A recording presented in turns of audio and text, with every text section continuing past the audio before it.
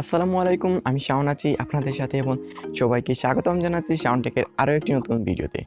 Huawei আমাদের মধ্যে এখন বর্তমানে যে স্মার্টফোনগুলো লঞ্চিং করতেছে, আমরা মনে করি যে স্মার্টফোনগুলো এবং মার্কেটে তেমন কাঁপাবে না। হুয়াওয়ের মিড রেঞ্জ স্মার্টফোনের তুলনায় এন্ট্রি লেভেল স্মার্টফোনগুলো মার্কেটে প্রচুর পরিমাণে বিক্রি হয়, আর একটি রিজন আর এর ডিজাইন এবং ক্যামেরা। রিসেন্টলি হুয়াওয়ের পক্ষ থেকে আরও একটি ডিভাইস লঞ্চ হয়েছে, যেটা হচ্ছে হুয়াওয়ে Y8s, আর এটা হচ্ছে তাদের প্রিভিয়াস হুয়াওয়ে Y9 2019 এর সাকসেসর। হুয়াওয়ে Y9 2019 এর ওভার প্রাইজের কারণে বাজারে খুবই ফ্লপ গেছে, তো তারা হয়তো Y8s দিয়ে আবার বাজার কাঁপাতে চলে আসছে। তো আমরা আজকে বিস্তারিত জানাবো এই স্মার্টফোনটি নিয়ে। তো ভিডিওটি শুরুর আগে অবশ্যই চেক আউট করে নিন আমাদের চ্যানেলটি সাবস্ক্রাইব আছে কিনা, সাবস্ক্রাইব করে থাকলে অবশ্যই thank you so much.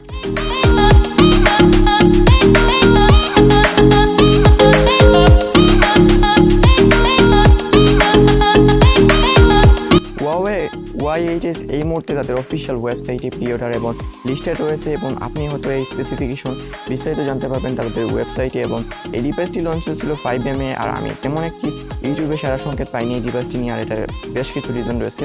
Because হুয়াওয়ের Y8s-এ থাকছে না কোনো রকমের গুগল সার্ভিস, আর এটা হচ্ছে এন্ট্রি লেভেল স্মার্টফোন। যদি তারা হাই লেভেল বা যে বড় বড় স্পেকের ফোন রয়েছে সেগুলো যদি লঞ্চ করতো, তাহলে হয়তো ইউটিউবে সারা সংকেত পেতাম। এই স্মার্টফোনের প্রাইস রাখা হয়েছে অ্যারাউন্ড 50K থেকে 20K এর মধ্যে, তবে এটা স্পেসিফিক না।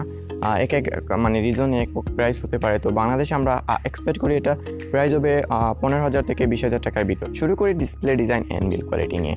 হুয়াওয়ে Y8s-এ থাকছে 6.5 ইঞ্চি ফুল এইচডি রেজুলেশনের একটি এলসিডি IPS ডিসপ্লে, এবং একটা বলে রাখি যে হুয়াওয়ের ফোন মার্কেটে বিক্রি হওয়ার বেশ কিছু রিজনের মধ্যে একটি রিজন হচ্ছে তাদের প্রিমিয়াম ডিজাইন। হুয়াওয়ে তাদের ফোনগুলোতে ডিজাইন নিয়ে কোনো রকমের ঘাটতি রাখেনি, ঠিক হুয়াওয়ে Y8s-এও থাকছে বেশ সুন্দর এবং প্রিমিয়াম ডিজাইন। এই ফোনে থাকছে 82.8% screen to body ratio, 396 PPI density এবং 118 গ্রামের ওজন। এই ফোনটিতে পাওয়া যাবে দুটি কালারে, এমরেলের গ্রিন এবং মিডনাইট ব্ল্যাক। ফোনটিতে থাকছে মাইক্রো এসডি কার্ডের সাপোর্টের পাশাপাশি ডুয়েল সিম স্লট ও সিঙ্গেল সিম স্লট। এবার কথা বলি হার্ডওয়্যার অ্যান্ড প্রসেসর নিয়ে। এই ফোনে ব্যবহার করা আছে কিরিন 710 প্রসেসর, আর খুবই পুরনো এবং বেশ উইক একটা প্রসেসর। সিপিইউ হিসেবে থাকছে অক্টা কোরের প্রসেসর, এবং জিপিইউ হিসেবে থাকবে মালি G51। 6GB র্যাম এবং 128GB এবং 4GB এবং 64GB দুটি ভেরিয়েন্টে পাওয়া যাবে এই ফোনটি। Out of the box EMI 9.1 এবং অ্যান্ড্রয়েড পাইয়ের সুবিধা রয়েছে। ক্যামেরা, এই ফোনের রিয়ার ক্যামেরা থাকছে দুটি সেন্সর, প্রাইমারি সেন্সর 48 মেগাপিক্সেলের f1.8 অ্যাপারচার যুক্ত এবং 2 মেগাপিক্সেলের ডেপথ সেন্সর, এবং ব্যাক ক্যামেরা থাকছে 8 মেগাপিক্সেলের সেলফি প্লাস 2 মেগাপিক্সেলের ডেপথ সেন্সর। ব্যাটারি, এই ফোনে থাকছে 4000 mAh ব্যাটারি, আর চার্জিং স্পিড হচ্ছে 10 ওয়াটের চার্জিং স্পিড। এই ফোনে আদার কী ফিচার প্রোভাইড করতেছে তাও আমরা বলে নেই। এই ফোনে আদার ফিচার হচ্ছে টাইপ সি পোর্ট থাকছে না, মাইক্রো ইউএসবি পোর্ট থাকবে, এবং হেডফোন জ্যাক থাকছে, এবং ফিঙ্গারপ্রিন্ট সেন্সর থাকবে। এবার কথা বলি মাই অপিনিয়ন, আমার মতামত কি এই হুয়াওয়ে ডিভাইস নিয়ে। তো আমার এটা সবচেয়ে খারাপ একটা রিভিউ, বিকজ আমি এটা কোনো কিছু ক্লিয়ারলি বলতে পারতেছি না, স্ক্রিপ্ট লিখি নাই জাস্ট, আর এটা নিয়ে তেমন একটা বিশ্লেষণ করা হয়নি, আর ইউটিউবে তেমন একটা ভিডিও পাইনি যে এটা নিয়ে আমি আপনাদের সাথে যে পুরোপুরি বিস্তারিত আলোচনা করব। ওয়েবসাইটে জাস্ট তাদের ওয়েবসাইটে কিছু স্পেসিফিকেশন পেয়েছি আর চলে এলাম আপনাদের সাথে রিভিউ নিতে। তো 15K বাজেটে যদি স্মার্টফোনটি আসে, তাহলে আমি মনে করি এর ডিজাইন এবং যে লুকটা রয়েছে সেটার জন্য কিনতে পারেন। গেমিংয়ের জন্য এই স্মার্টফোনটি নেভার। এর প্রসেসর খুবই উইক একটা প্রসেসর, কিএন 710 প্রসেসর।